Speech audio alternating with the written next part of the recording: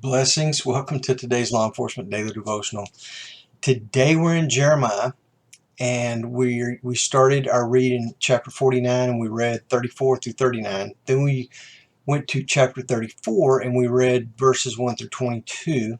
Then we jumped over into Ezekiel and read verses 1 through 3. And we're going to spend the majority of our time in Ezekiel. Actually, in Ezekiel chapter 2 is where we're going to spend all our time. We're not done with Jeremiah. We're going to come back to Jeremiah in about 7 or 8 days and finish Jeremiah up. But until then, we're going to be in Ezekiel for the next week. Ezekiel chapter 1 was awesome. This vision of this creature from God that's driven by the Spirit. And the description of this thing is incredible. So I hope you were able to read that.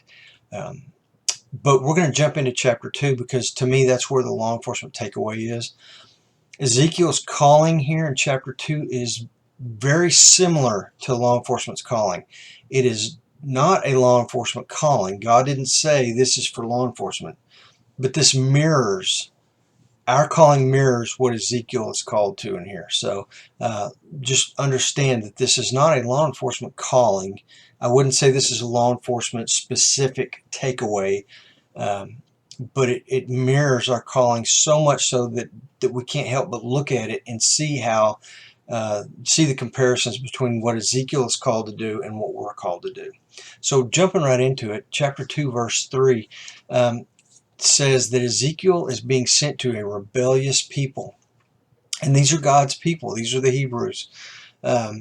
But God says they're stiff-necked. They've hardened their hearts. They're rebellious towards Him. They won't listen to Him. And God tells Ezekiel all this, and He says, "I'm sending you to these people, and they're not going to listen to you either. But I want you to go anyway and be obedient. Do what I tell you to do."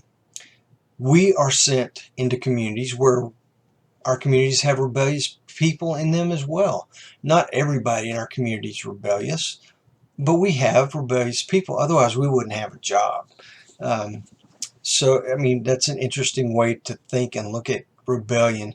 Rebellion is sin, and without sin in this world, there would be no need for law enforcement. Chapter 2, verse 5. As for them, whether they listen or not, for they are a rebellious house, they will know that a prophet has been among them. So God says, I want you to go to them, speak to them. They're not going to listen, but I'm making a point here. They're going to know that a prophet has been sent. It's almost like He's setting it up for later on that they can't use the excuse, well, God, you never told us. And He can come back and say, yes, I did. I sent Ezekiel, and you wouldn't listen to him. And then in chapter 2, verse 6, it says, neither fear them nor fear their words. I love this message, especially for law enforcement. Let me not just say especially for law enforcement, especially for the law enforcement officers who are Christians who are called to minister to their communities. Especially for us. People aren't going to listen to us. They're not going to listen to law enforcement, but a lot of people aren't going to listen to Christian law enforcement especially. And I think that's the resentment towards that is building as time is starting to move forward, and we're starting to see a snowball effect of anti-law enforcement sentiment, anti-Christian sentiment. And when you put those two together, man, Christian law enforcement really, no one's going to listen to us. This message of the gospel will not always fall on peaceful people. We have to present the gospel as best we can to people who are in an attitude of peace. If they're already defensive and you try and share the gospel with them, chances are they're going to be even more defensive. So we need to look for people of peace to share the gospel with. 2 verse 6. Neither fear them nor fear their words. Did I just say that? Neither fear them nor fear their words? I think I did.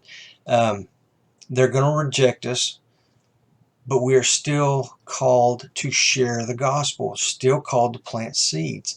And I didn't make the note in here, but there's one place where God's talking about, Ezekiel, you're the warrior on the wall. You warn them of the danger to come, and if they don't listen to you, their blood's on their head.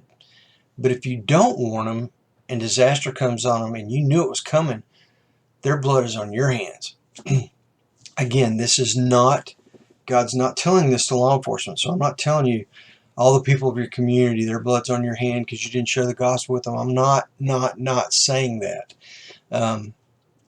That's what God's telling Ezekiel here in this Old Testament passage, okay?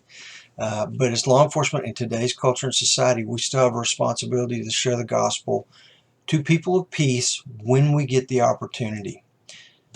2:7 says, "But you shall speak my words to them, whether they listen or not, for they are rebellious." Kind of sums up everything that God's telling Ezekiel here. And then in verse 8 it says, "Do not be like the rebellious." We cannot be rebellious. We're law enforcement officers. We're supposed to be above that. We're supposed to set the example and not be rebellious. We're supposed to be obedient, especially to the law, if we're talking about setting an example, but more so to God and what God has called us to. And if He's called us to share the gospel with law enforcement, by all means, let's be obedient to that. Look for opportunities. Pray that God would just make you accessible, and you don't have to share the gospel every time. God may send somebody to you that just wants to talk about spiritual things. And it may be a believer instead of a non-believer. So you're going to have to worry about winning them or evangelizing. But just make yourself available and ready to speak God's truths. Tomorrow we're in Ezekiel chapters 4-7. Read ahead. Come back here tomorrow. Ezekiel is a cool book. I think you're going to really enjoy it.